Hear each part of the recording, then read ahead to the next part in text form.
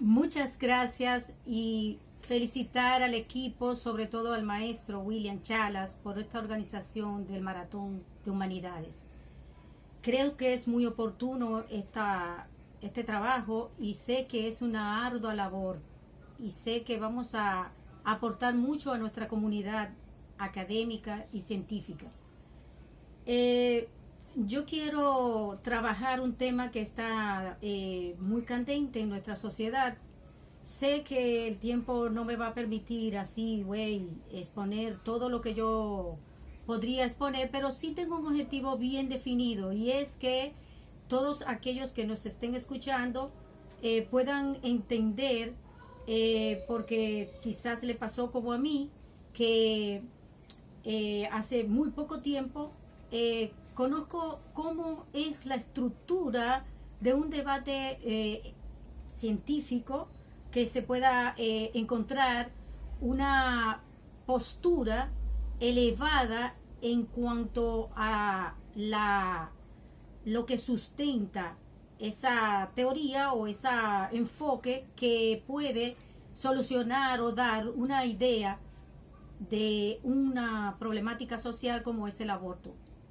Así que le quiero presentar un pequeño análisis que he hecho sobre lo que es debatir sobre el aborto.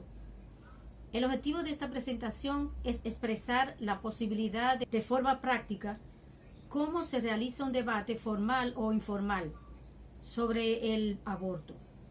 Exponer también sobre las reglas del debate y comprender la amplitud, por lo menos la amplitud. No vamos a poder hablar del aborto porque espero que me inviten para otra actividad donde se pueda demostrar temas interesantísimos, donde las humanidades son fundamentales para explicar el tema del aborto. Debatir es un arte antiguo de presentar argumentos sobre temas que se cree que es la verdad o que tiene mucho de la verdad. Veamos algunas reglas sobre el debate.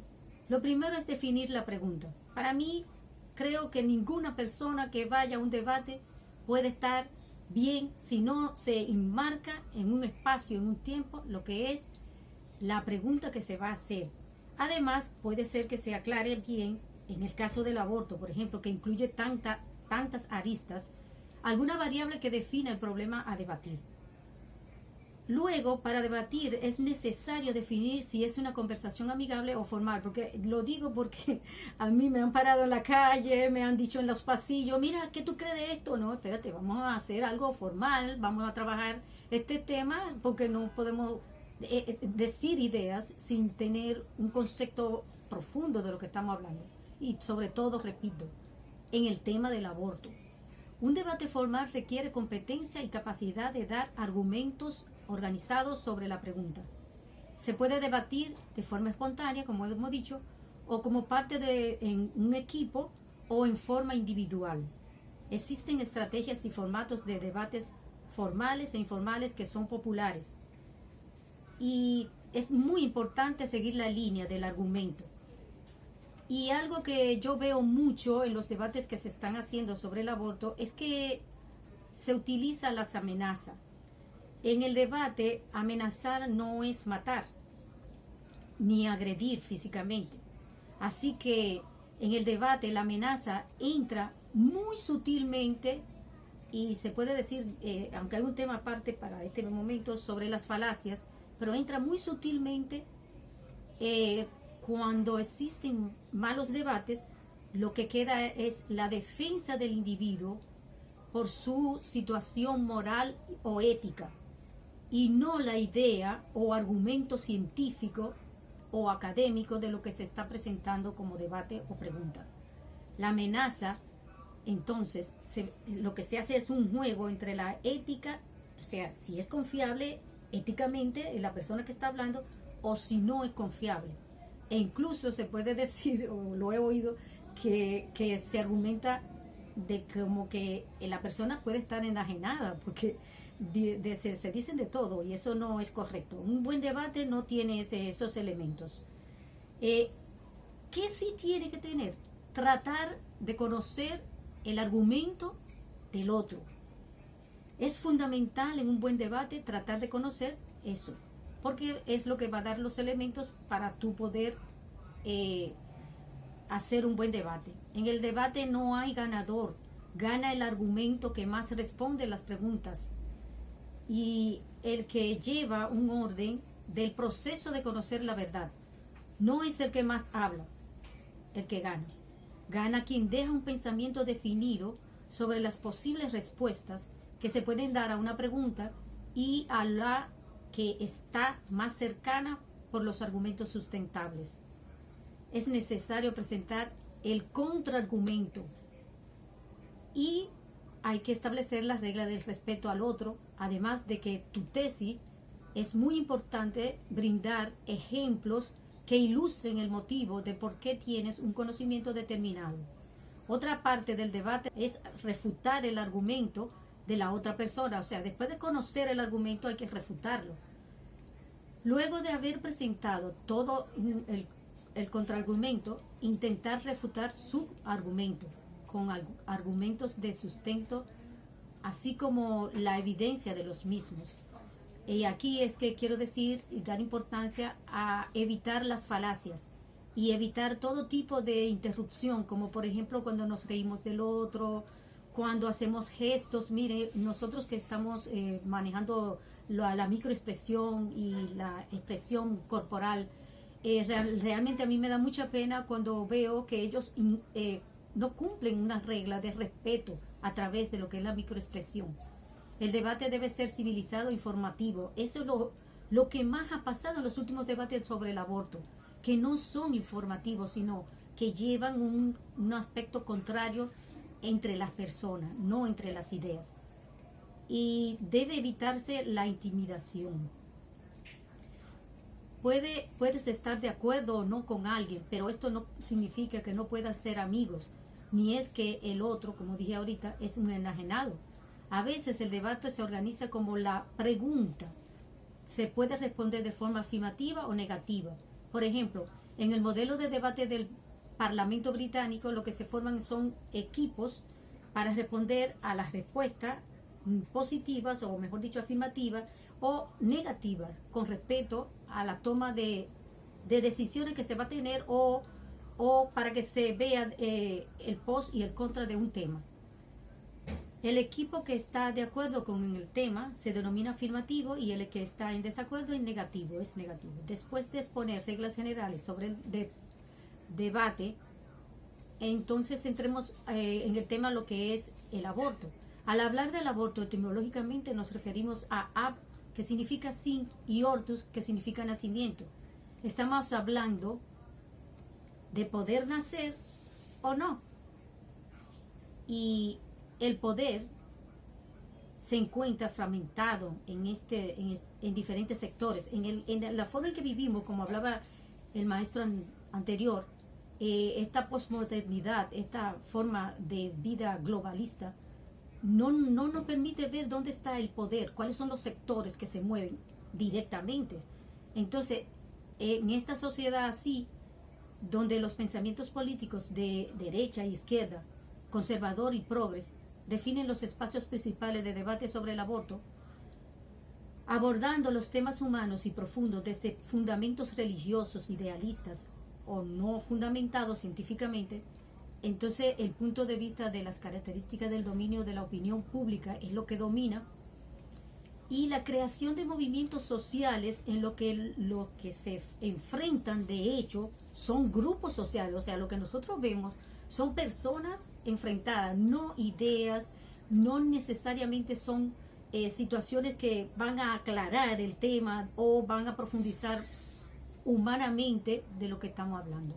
Son grupos sociales y la discusión se queda en temas que, como en el aborto, que es difícil ubicar dónde está el poder. Parafraseando a Foucault, hay un ser humano encerrado en una naturaleza propia que ejerce o que le ejercen el poder de forma subjetiva. Somos constituidos de forma individual por el poder social. El poder es poder porque no se percibe como tal. el aborto es un tema que involucra el poder, por lo dicho anteriormente, y porque desde lo que he podido ahora ya, aunque no voy a poder explicar todo, pero desde lo que yo he estudiado sobre la psicología y los experimentos que he hecho a través de con las personas, las investigaciones que he hecho, puedo decir lo que voy a decir sobre el nacimiento. Está unido al tipo de pensamiento que tendrá un individuo en la vida adulta. Estudiar el aborto desde los aspectos del desarrollo psicológico humano lo ubica dentro de los estudios del desarrollo prenatal. El ser humano tiene las características de que los hechos existen sin ser percibidos. O sea, en una condición del cerebro, y lo vamos a ver un poquito más adelante, es que o percibimos o no percibimos. Y eso determina qué tipo de pensamiento vamos a tener. Ser concebido y nacer no es lo mismo en el individuo. Que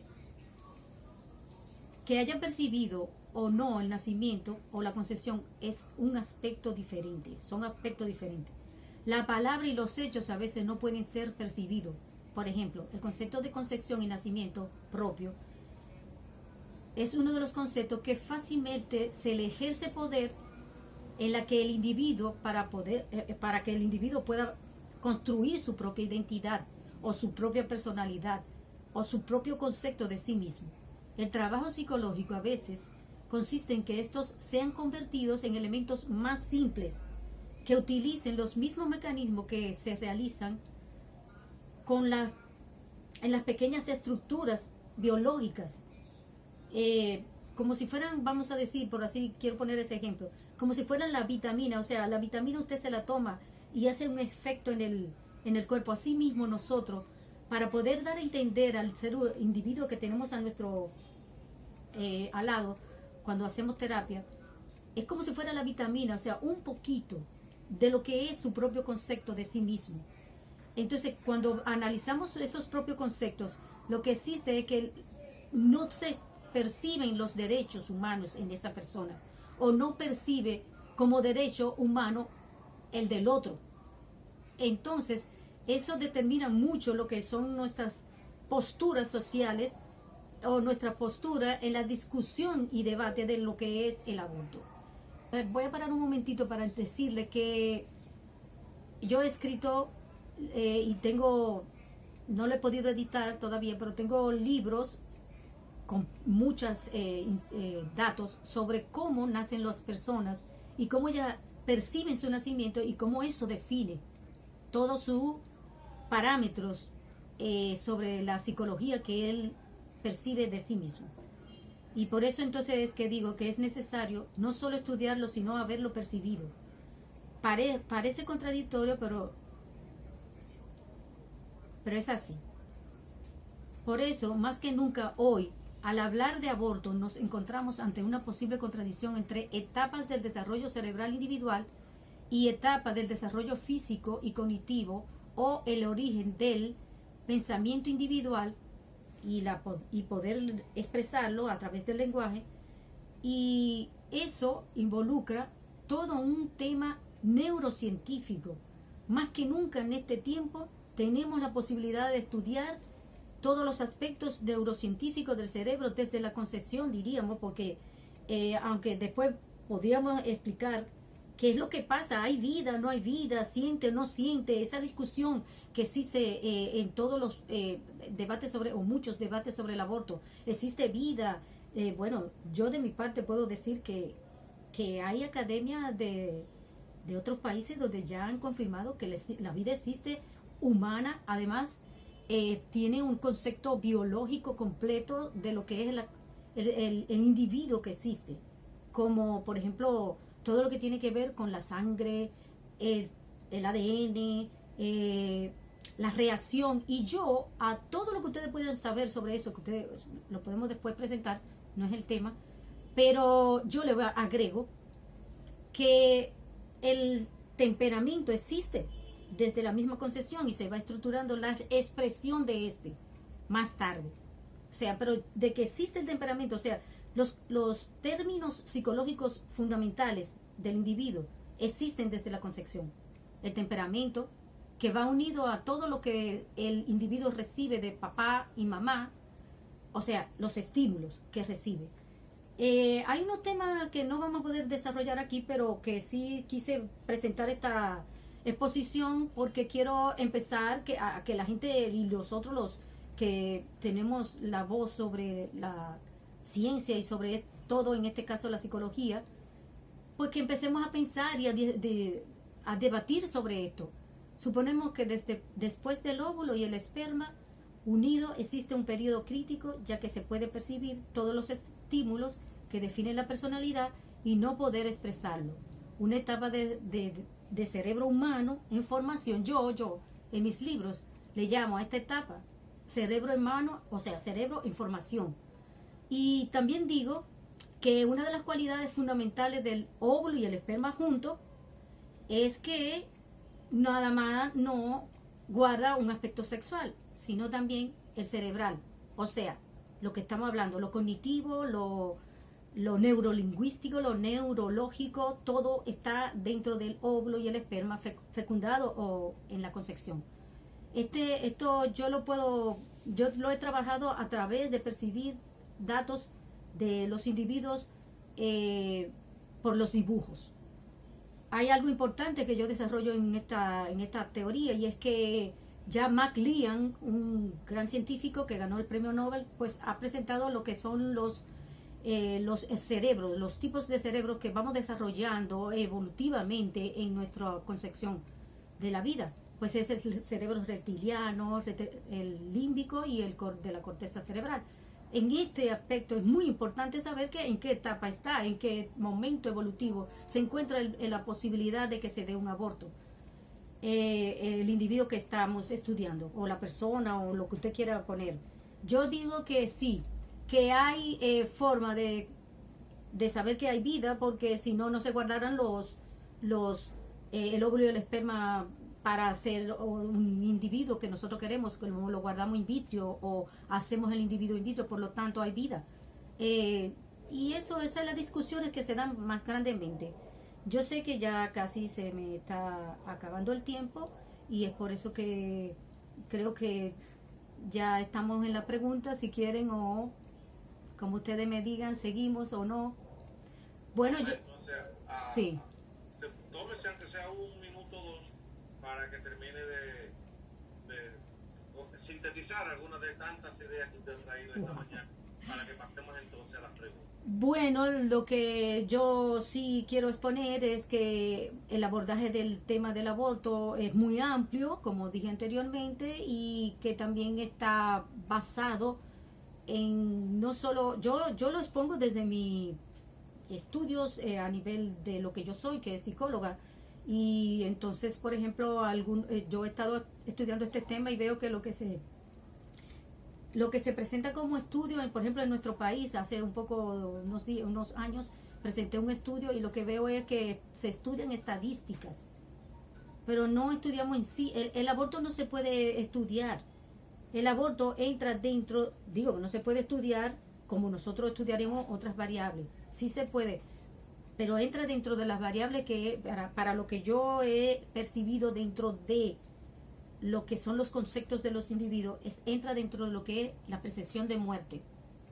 O sea, los individuos dibujan el aborto como si fuera percibiendo que ha tenido una muerte, o ha vivido una muerte, o percibe la muerte. Y ya hablar de muerte, miren, ya ustedes saben muy bien que al hablar de muerte, entonces ya diríamos que tenemos unos recursos enormes, porque yo particularmente creo que todos los conceptos de la ciencia, de todo lo que vienen a partir de nosotros, de nosotros percibir la muerte. O sea, nosotros luchamos, todo lo que hacemos es luchar para no morir. Y ya esos son aspectos más filosóficos, pero que dentro de los aspectos psicológicos que se pueden ver en el contexto de la conducta del individuo y de la conducta a nivel del dibujo, que es donde yo más fundamento todo lo que digo, pues es básicamente así. O sea, se percibe como si fuera una muerte. ¿Y quién lo percibe? No es quien hace el aborto, sino a quien hacen el intento de aborto, y esa persona vive. O sea que, miren, yo creo que de todo esto tenemos que hablar mucho. Porque no podemos hablar de una persona, es la persona que sufrió un intento de aborto. Por ejemplo, si mi madre me quería abortar a mí y por una situación de la vida yo vine a nacer, pues la que dibuja que mi madre soy yo. Entonces, la persona y por eso es que el cerebro es un aspecto neurocientífico, es un aspecto neurológico. ¿Por qué? Porque las personas expresan en el dibujo cuando tuvieron un intento de aborto. Bueno, muchísimas gracias. Muchísimas gracias a usted, mi querida profesora. Excelente su participación. Siempre que participo en estas actividades, yo de lo que me quejo realmente de la vida es de no haber sido alumno de tantas personas como usted, como Juan, como Anthony, como cada una de las personas que van desfilando por aquí. Yo siempre yo voy a tener que hacer, diríamos que un alumno tour, es decir, tratar de visitar aulas y tratar de disfrazarme para poder coger una clase con cada uno de ustedes por la forma tan majestuosa como lo hacen. Así que estamos en el momento de las preguntas. Para fines de control, estamos pidiendo, por favor, que deben encender su cámara para poder hacer su pregunta. Julie, ¿tú quieres una pregunta o simplemente estás felicitando a la maestra? Vamos a darte la palabra un minutico para que aunque sea puedas agradecer a la maestra. Encender tu micrófono, Julie. Sí, quiero hacerle primeramente felicitarla por que aunque fue resumida, fue muy sustancial la participación de la maestra. Y quería hacerle una pregunta. ¿Podemos utilizar el debate como una herramienta de aprendizaje? ¿Qué podemos utilizar? ¿Qué dijiste? Si podemos utilizar el debate como una herramienta de aprendizaje. Gracias, Julie. Muchas gracias por tu pregunta.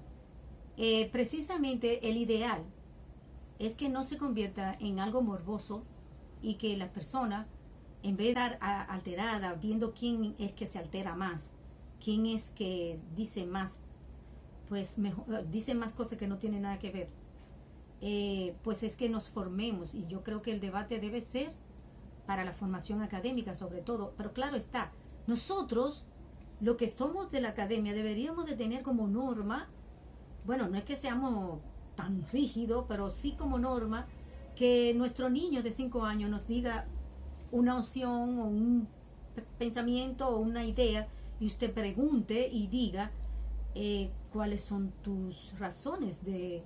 O sea que el debate debería de ser algo propio de el desarrollo cognitivo de todos los seres humanos, y que sobre todo en el aspecto de que nosotros queremos cambiar como sociedad, y que no sea un aspecto que vengan a ponernos ahora a debatir por un tema que quizás tenemos muchísimos otros temas que tenemos que debatir antes de que porque realmente existen otros temas.